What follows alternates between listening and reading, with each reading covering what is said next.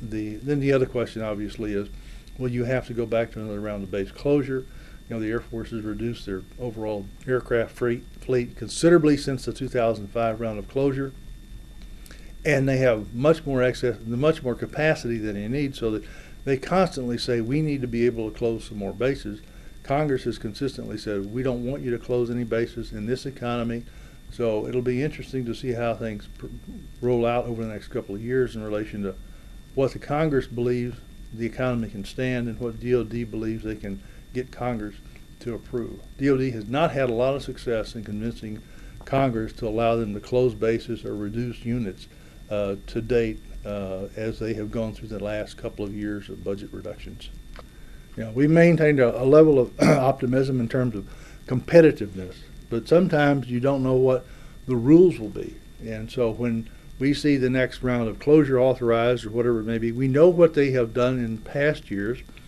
We were fairly comfortable going into 05, and they changed the rules considerably. And then we had our battle with them. We convinced 8 of the 9 commissioners that it was a bad idea to close Ellsworth, which I think was a good indicator of our preparedness. But like I have said before, you can't rest on your laurels. You must maintain an awareness, and you must maintain a competitiveness as you go forward. Simply because others who are looking at retaining their bases and installations, either for national policy issues or for economic viability issues of their communities, are working every day to make sure that their base is as competitive as possible, both in terms of missions, in terms of support from the congressional delegations, and in terms of support from the outside community, that it is a good place for the Air Force to have Ellsworth.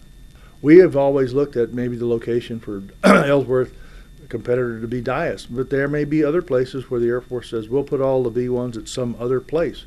And we haven't heard that story yet, but then again, there's always that issue because it boils down to DOD is downsizing considerably. We always do that after conflicts. We did it after Vietnam. We did it after the Cold War.